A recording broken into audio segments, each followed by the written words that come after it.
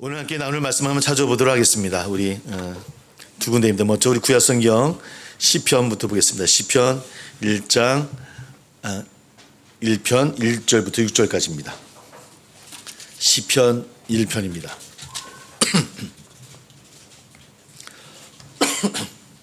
시편 1편 1절부터 6절까지.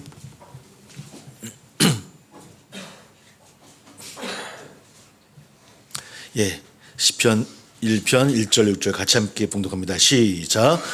복 있는 사람은 악인들의 길을 따르지 아니하며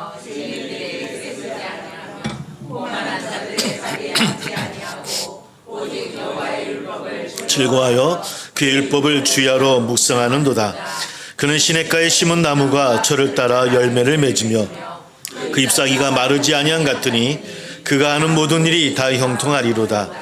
악인들은 그렇지 아니하며 오직 바람에 나는 겨와 같도다. 그러므로 악인들은 심판을 견디지 못하며 죄인들이 의인들의 모임에 들지 못하리로다. 무릇 의인들의 길은 여호와께서 인정하시나 악인들의 길은 망하리로다. 아멘. 우리 한 군데 더 봅니다. 우리 신약성경 요한복음 16장 6절부터 19절까지 말씀입니다. 요한복음 16장 6절부터 19절까지 말씀.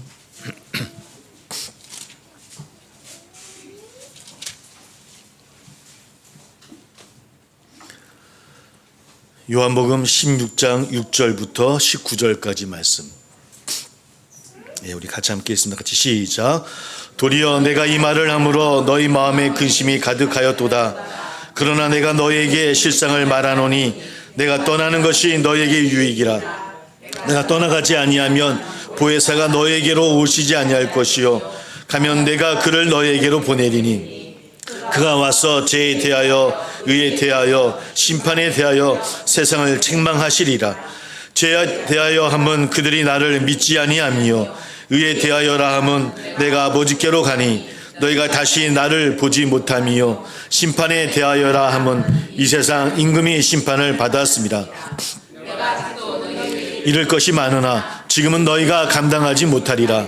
그러나 진리의 성령이 오시면 그가 너희를 모든 진리 가운데로 인도하시리니 그가 스스로 말하지 않고 오직 들은 것을 말하며 장래의 일을 너희에게 알리시리라. 그가 내 영광을 나타내리니 내 것을 가지고 너희에게 알리시겠습니다.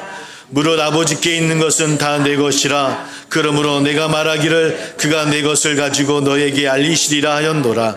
조금 있으면 너희가 나를 보지 못하겠고 또 조금 있으면 나를 보리라 하시니 제자 중에서 서로 말하되 우리에게 말씀하신 바 조금 있으면 나를 보지 못하겠고 또 조금 있으면 나를 보리라 하시며 또 내가 아버지께로 가미라 하신 것이 무슨 말씀이냐 하고 또 말하되 조금 있으면 말씀이 무슨 말씀이냐 무엇을 말씀하시는지 알지 못하노라 하거늘 예수께서 그 묻고자 함을 아시고 이르시되 내 말이 조금 있으면 나를 보지 못하겠고 또 조금 있으면 나를 보리라 하므로 서로 문의하느냐. 아멘. 예, 우리 함께 기도하겠습니다. 사랑하는 주님 감사와 영광을 돌립니다. 오늘도 주 앞에 나와 예배하는 이 시간을 축복해 주시고 우리 사랑하는 세상의 모든 성도님들 더 힘을 얻어 세상 가운데 늘 승리의 삶을 향해 나아가는 우리 모두 될 수 있기를 소망합니다. 우리 발걸음을 축복해 주시고 우리 삶을 통해서 하나님 큰 영광 받아 주옵소서. 특별히 사랑하는 세상의 가정을 기억해 주시고 특별히 우리 사랑하는 부모님들을 기억하여 주셔서 늘 영육간의 강건함으로 지켜주시고 늘 그 마음에 기쁨이 넘쳐날 수 있도록 늘 주님을 통해 평안을 얻을 수 있는 귀한 부모님들 될 수 있도록 늘 함께하여 주옵소서. 우리 성도님들을 지켜주시고 자녀들을 지켜주시고 또 육신의 아픔으로 기도하는 성도님들이 있는 줄 압니다. 하나님 주의 손길로 안수하여 주셔서 나음과 회복의 일들이 우리 가운데 일어날 수 있도록 함께하여 주옵소서. 누구에 이해하지 못하며 그 마음속으로 눈물로 기도하는 그 애달은 마음도 있는 줄 압니다. 그 마음을 어루만져 주시고 위로하여 주셔서 주 안에서 평안과 회복의 일들을 경험하는 우리 되기를 소망합니다. 주님이 허락해 주시고 함께하여 주옵소서. 오늘도 주님 앞에 귀한 예물로 드려진 손길이 있습니다. 하나님 기뻐 흡양해 주시고 더 충만케 해주시고 채워 주옵소서. 또 보이지 않는 곳에서 교회와 성도님들을 위해 헌신하며 수고하는 눈물의 기도도 있는 줄 압니다. 다 주님 받아주시고 또 베풀며 나누는 귀한 복도 허락하여 주옵소서. 말씀 가운데 은혜 허락하여 주옵시고 오직 주님만이 영광받아 주옵소서. 예수님의 이름으로 감사하며 기도하옵나이다. 아멘. 우리 성경 한 군데만 좀 찾아보고 시작하도록 하겠습니다. 우리 요한복음 17장 우리 15절부터 19절까지 말씀, 우리 성경책에 있으신 분들만 찾으면 좋겠습니다. 우리 요한복음 17장 15절부터 19절까지 말씀입니다. 요한복음 17장 15절로 19절 같이 봉독합니다. 시작. 내가 비옵는 것은 그들을 세상에서 데려가시기를 위함이 아니요 다만 악에 빠지지 않게 보존하시기를 위함이니이다. 내가 세상에 속하지 아니한 같이 그들도 세상에 속하지 아니하였나이다. 그들을 진리로 거룩하게 하옵소서. 아버지의 말씀은 진리니이다. 아버지께서 나를 세상에 보내신 것 같이 나도 그들을 세상에 보내었고 또 그들을 위하여 내가 나를 거룩하게 하오니 이는 그들도 진리로 거룩함을 얻게 하려 함이니이다. 아멘. 예, 오늘 부활절로 마지막 주일이고요. 또 우리는 어버이 주일을 지키고 있습니다. 누군지는 밝혀지지 않았습니다. 어떤 인터넷에 이런 글을 올렸습니다. 아마 어머님을 기억하시면서 올렸던 글이었던 것 같습니다. 한번 우리가 나눴던 글 같긴 한데요. 이렇게 그분은 이야기합니다. 우리 어머니는 엄마가 보고 싶지 않을 줄 알았습니다. 어머니는 첫사랑이 없는 줄 알았습니다. 어머니는 친구가 한 사람도 없을 줄 알았습니다. 어머니는 절대 아프지 않는 특별한 분인 줄 알았습니다. 어머니는 새벽에 일찍 일어나고 늦게 잠드시는 것을 좋아하시는 줄 알았습니다. 어머니는 특별히 좋아하시는 음식이 없는 줄 알았습니다. 어머니는 짧은 파마 머리만 좋아하시는 줄 알았습니다. 어머니는 얼굴이 고와지고 몸매가 날씬해지는 것에는 전혀 관심이 없는 줄 알았습니다. 어머니는 우리가 전화를 길게 하는 것을 좋아하시지 않는 줄 알았습니다. 어머니는 꿈이 없는 줄 알았습니다. 어머니는 언제까지나 우리 곁에 계시는 줄 알았습니다. 라고 그분은 그랬습니다. 이것이 그분의 마음이 아니라 우리 모두의 마음인 것 같아요. 이제 저도 올해 이제 아버님을 보내드리다 보니까 좀 마음이 좀 더 다른 어버이 주를 좀 맞이하는 것 같습니다. 우리 살아계신 분들에게 또한 우리가 드리고 싶은 것은 약속 있는 첫 계명이라고 오늘 교동문에서 이야기했던 것처럼 네 부모를 공경하라. 이는 약속 있는 첫 계명이니 네가 땅에서 잘되고 장수하리라는 이 말씀이 우리에게 늘 새겨지고 또 고백되어지기를 바랍니다. 이 길이 또 사랑하는 자녀들이 땅에서 잘되고 또 장수하기를 원한다고 한다면 또 자녀들에게 공경받는 부모가 또 우리가 돼야 되겠죠. 서로 그런 마음으로 아름다운 가정을 이루어 나갈 수 있는 우리 세상의 가정들이 다 되어지시기를 주의 이름으로 축복합니다. 오늘 우리가 함께 읽은 시편 1편의 말씀은 복이 있는 사람에 대한 말씀으로 우리가 잘 알려진 그런 본문입니다. 복이 없는 사람들은 악인의 길을 따르고 또 죄인의 길에 서며 또 오만한 자리에 앉지 않는다고 이야기합니다. 그러면서도 복된 삶을 살아가기를 원하는 것이 또 우리의 모습이기도 하죠. 하지만 그들의 바람과는 달리 그들은 바람에 흩어지는 쭉정이가 될 것이라고 하는 것이 말씀이 우리에게 전하는 이야기입니다. 시인은 의인의 삶과 악인의 삶을 비교하면서 복 있는 사람이 되려면 악인들과는 구별된 삶을 살아가야 된다라고 강조하고 있습니다. 1절에서 복 있는 사람은 악인의 길을 따르지 않고 죄인의 길에 서지 않고 오만한 자의 자리에 앉지 아니하며 라고 우리에게 분명히 이야기하고 있습니다. 오병이라고 하는 분은 시편 4색에서 이렇게 이야기합니다. 악인, 죄인, 오만한 자를 이끌어 소인배라고 그는 표현을 합니다. 아마 소인배의 대처점에 있는 단어는 군자라는 단어일 것입니다. 군자는 도를 따르는 자라는 뜻이죠. 그래서 소인배를 무도한 자, 길이 없는 자라고 이렇게 이야기한다고 합니다. 극악무도라는 말이 있는데 길이 없으니 악을 행할 수밖에 없다는 그런 뜻을 갖고 있는 단어입니다. 악한 삶에는 길이 없다는 그런 뜻이기도 할 것 같습니다. 그러므로 무도한 이들과 어울리지 않고 또 소인배와 같은 삶으로 어울리지 않는 것을 우리가 목표로 삼아야 될 것이고 가볍게 그지없는 오만한 자들을 멀리하는 것이 복 있는 자의 삶이다라고 오늘 시편은 우리에게 이야기하고 있습니다. 그리고 그런 삶을 살아가는 것이 또한 우리 삶의 기쁨이다라고 이야기합니다.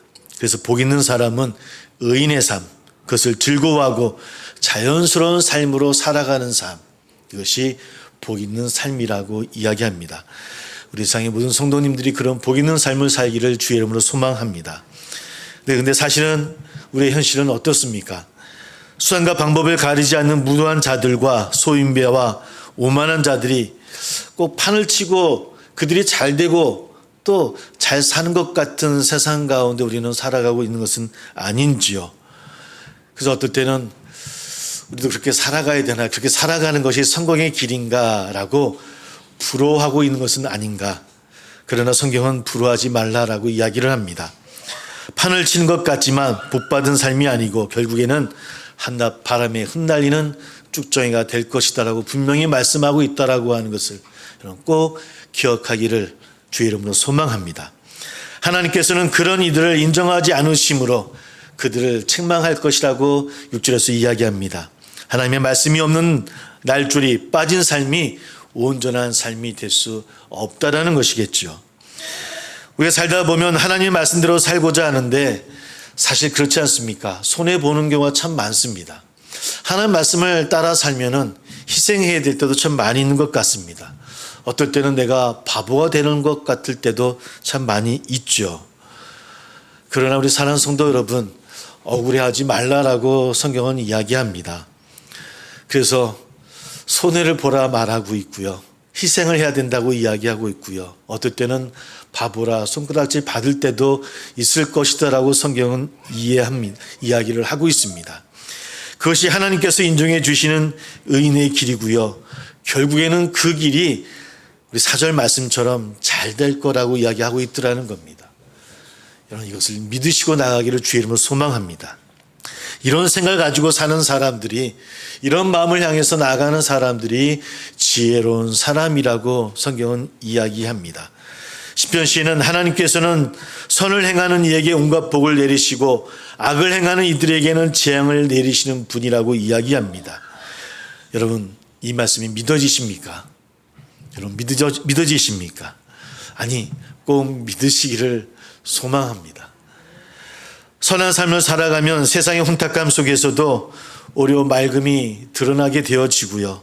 어둠 속에서도 밝게 드러남을 믿습니다. 그렇다 한다면 그렇게 살아가는 것이 지혜로운 삶이고 복된 삶임에도 불구하고 우리의 삶에, 우리 인생 가운데는 왜 악한 모습이, 왜 악한 사람들이 일어날까요? 왜 그럴까? 옛말에 불초라는 단어가 있다고 합니다.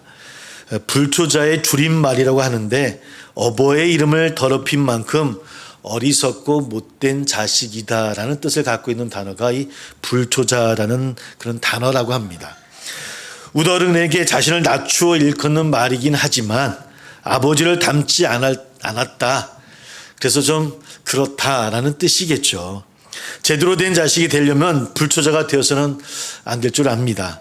아버지와 닮은 구석이 있어야 제대로 된 자식의 역할을 할 수 있다라고 했던 것이 우리 어른들의 말씀이었던 것 같아요.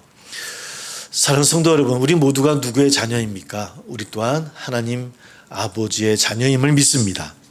그러니 하나님 아버지를 닮아야 제대로 된 자녀된 삶을 살 수 있지 않겠습니까? 불초자가 된 모습이라고 한다면 그것이 참된 신앙인은 될 수 없다라고 하는 겁니다.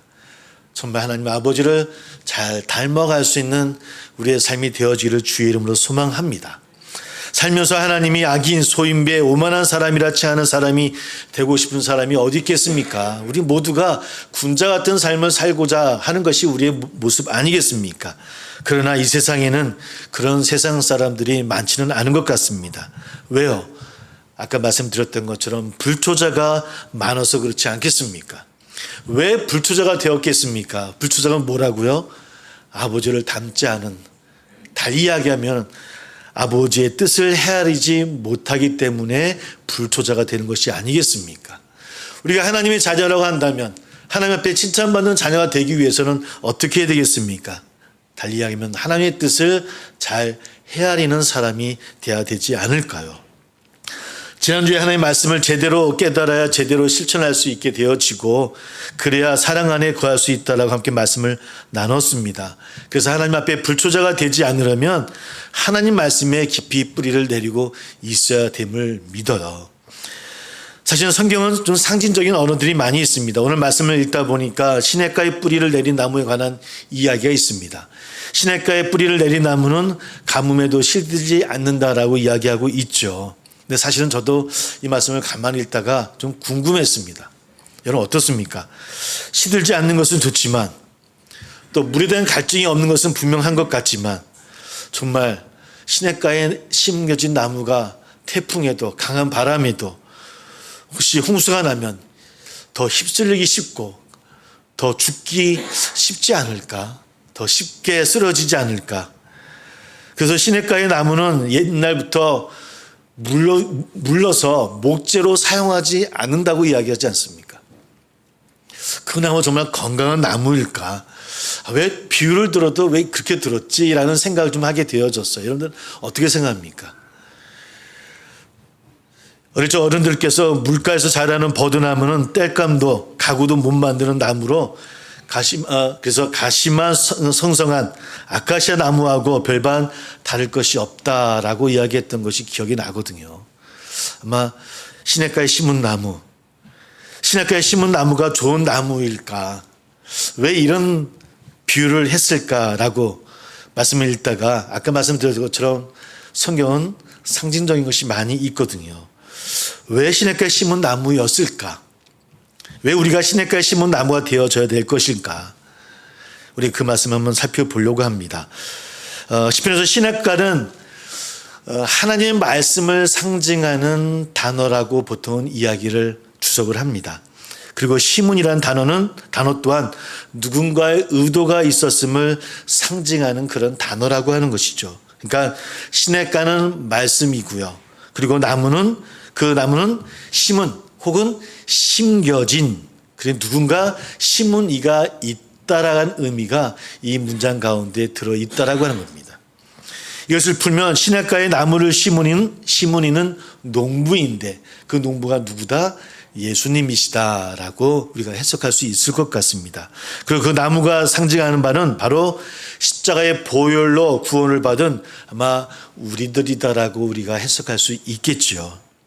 죄로 인해 바람에 나는 교와 같은 삶을 살아갈 수밖에 없었던 우리의 모습들을 예수님께서 십자가의 보혈로 구원하셔서 시냇가의 나무로 심은 것. 그래서 우리는 그것을 은혜라고 이야기를 합니다. 그럼 우리 한 가지 기억할 것이 있습니다. 그러나 심겨진 그 나무가 뿌리를 내리는 일은 누구의 몫이겠습니까? 나무의 몫입니다. 말씀이 깊이 뿌리를 내리는 일은 나무의 일이고요. 뿌리를 깊이 내린 만큼 더 깊은 곳에서 생수를 길어 올리는 그런 역할을 할 수 있을 것입니다. 나무는 갈증을 느낄 때 뿌리를 더 깊게 내리지 않겠습니까?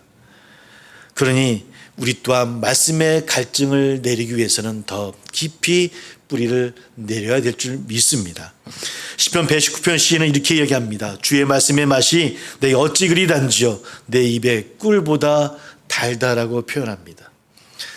사랑하는 성도 여러분, 하나님의 말씀이 꿀보다 다십니까? 우리 모두가 단 말씀이 되기를 주의 이름으로 축복합니다. 이 경험을 한번 하게 되어지면 하나님의 말씀을 갈망하게 되어지더라는 겁니다. 쉽지는 않습니다. 저도 목사이고 말씀을 늘 갈까하는 사람이지만 어렵죠. 저도 어떨 때 너무 졸릴 때 말씀을 읽을 때 있습니다. 고백합니다. 그것이 말씀의 모습이긴 한데요. 그러나 그 말씀을 잘 묵상하고 그 기도하는 가운데 말씀 앞에 서게 되어지면 그 말씀이 깨달아질 때 그 기쁨은 어떤 것과도 바꿀 수 없더라는 겁니다. 여러분 그런 기쁨을 누리는 저나 우리 되기를 주의 이름으로 소망합니다. 시냇가에 심은 나무가 철 따라 열매를 맺으며 그 잎이 시들지 아니한 같으니 하는 일마다 잘 될 것이다라는 말씀이 우리의 삶에 이루어지고 또 펼쳐지기를 주의 이름으로 축복합니다. 오늘 요한복음 또 16장 말씀과 17장 말씀을 잠깐 읽었습니다. 오늘 사실 이 말씀은 굉장히 아름답고 영혼을 울리는 그런 말씀입니다. 많은 학자들은 대제사장으로서의 중보 기도라고 하는 정통적인 해석이 있긴 하지만 그런 신학적 해석은 뒤로 하고더라도 굉장히 아름다운 그런 말씀이기도 합니다. 그 당시 주류 유대 공동체로부터 추방을 받을 뿐더러 황제의 숭배를 강요했던 로마 권력으로부터 핍박을 받고 있었던 요한 공동체, 요한 교회였던 것 같습니다. 아마 그 교회가 분열과 해체의 위협 속에 있었어요. 그러니 그들의 신앙인들의 그 마음, 초대교인들의 마음은 어떤 마음이었겠습니까? 늘 위기고 늘 목숨 앞에 서야 되는 그들의 위기 상황 속에서 늘 현실로 도피하고 싶은 늘 그 유혹에 그들은 직면하고 있었다는 겁니다.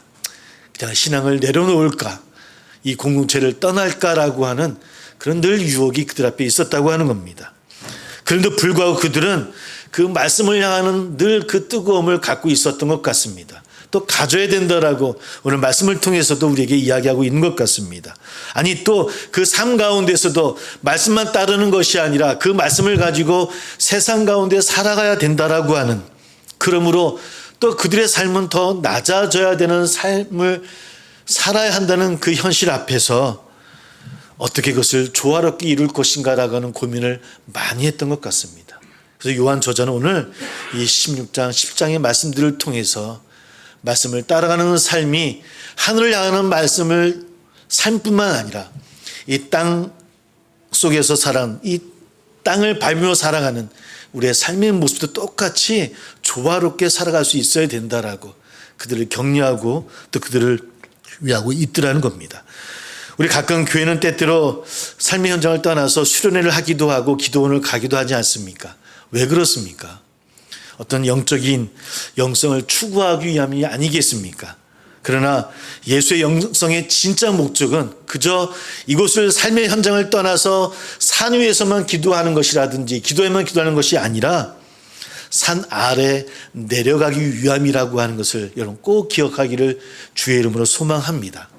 여러분, 그리스도인의 정체성은 세상에 속해 있지 않지만 세상으로 보낸 사람들이라고 하는 것, 이 말씀을 꼭 기억하시기를 소망합니다. 세상에 속한 사람은 아니지만 세상에 보낸 사람들입니다. 거룩이라는 단어를 많이 씁니다. 본래 뜻은 구별하다는 뜻이지만 이는 세상의 더러움으로부터 벗어난다는 자기 만족에 있는 것이 아니라 타자를 거룩하게 함이 위함이다라고 하는 것이 더 중요한 단어라고 하는 겁니다. 빛과 소금인 우리가 거룩한 것은 자기 몸을 태우고 녹여 세상을 변화시키기 위함이라고 하는 것, 말씀 앞에 선다는 것, 말씀을 사모하고 말씀에 뿌리를 내린다고 하는 것은 그저 하늘만 바라보고 그 하나님의 삶을 소망하는 삶이 아니라 이 땅에 뿌리를 내리고 이 땅 안에서 말씀의 삶을 살아가는 것이다라고 하는 것, 이것이 오늘 교령의 말씀 속에서 우리에게 주시는 말씀이고 또 메시지라는 겁니다. 사랑하는 성도 여러분, 하나님 사랑 안에 거하는 것이 복 있는 삶인 것을 믿습니다. 오늘 복 있는 삶은 말씀의 뿌리를 깊이 내리는 삶이라고 함께 나누고 있습니다. 우리는 그리스도인이고 하나님을 아버지로 고백하는 그런 사람들입니다. 겸손한 의미에서의 불초소생이라고 할지언정 불초자가 되어서는 안 될 줄 믿습니다. 그러므로 사랑하는 성도 여러분, 말씀 안에 거하기를 소망합니다. 말씀의 뿌리를 내리려면 그 말씀을 삶으로 살아가야 된다고 나누고 있습니다. 그래야 말씀의 뿌리를 깊게 내리면 말씀이 머리에서 가슴으로 내려갑니다. 삶으로 살지 않는 그런 신앙들, 또 머리만 뜨거운 신앙, 마음만 뜨거운 신앙보다 여러분 삶으로 살지 않는 신앙이 더 무섭다라고 이야기합니다. 머리는 차갑고 마음은 뜨겁게, 이것이 하나님의 사랑 안에 건강하게 사는 그리스도인의 모습이라고 하는 것. 세상 사람들이 예수를 믿고 안 믿고는 이런 사랑하는 성도 여러분, 그러므로 오늘 말씀을 가지고 이해한다고 한다면 우리에게 달려있다라고 하는 겁니다.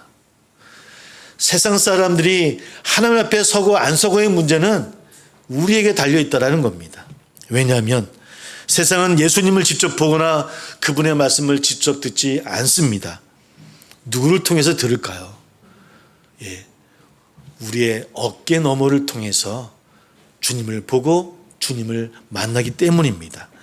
교회 다니는 사람들의 말과 살아가는 모습을 보고 예수님이 누구인지, 그분의 말씀하신 그 하나님 나라가 어떤 것인지를 그들은 알게 되어진다는 겁니다. 그러니 예수를 믿는 사람으로 이 땅에서 어떤 모습으로 산다고 하는 것은 그러므로 참으로 중요합니다. 전도지를 들고 밖에 나가서 우리 예전에 했던 것처럼 예수 천당 불신척을 외치는 것도 참 좋은 방법이긴 하지만 더 중요한 것은 바로 이것 아니겠습니까? 우리 삶이 예수의 향기를 피워내는 것. 세상 가운데 예수님의 향기를 피워내며 살아가는 삶. 우리의 말과 행동이 예수님의 대리인이 되어지는 그런 삶을 살아가는 것. 세상은 예수를 믿는 우리를 통해서 주님을 보고 하나님 나라를 체험한다고 하는 것. 오늘 시냇가에 심은 나무는 바로 그런 삶을 살아가는 그리스도인을 이야기하고 있는 것은 아닌지요. 그런 말씀 앞에 뿌리를 내리며 살아갈 수 있는 우리 사랑하는 성도 여러분들이 다 되어지시기를 주의 이름으로 축복합니다. 이렇게 기도하겠습니다.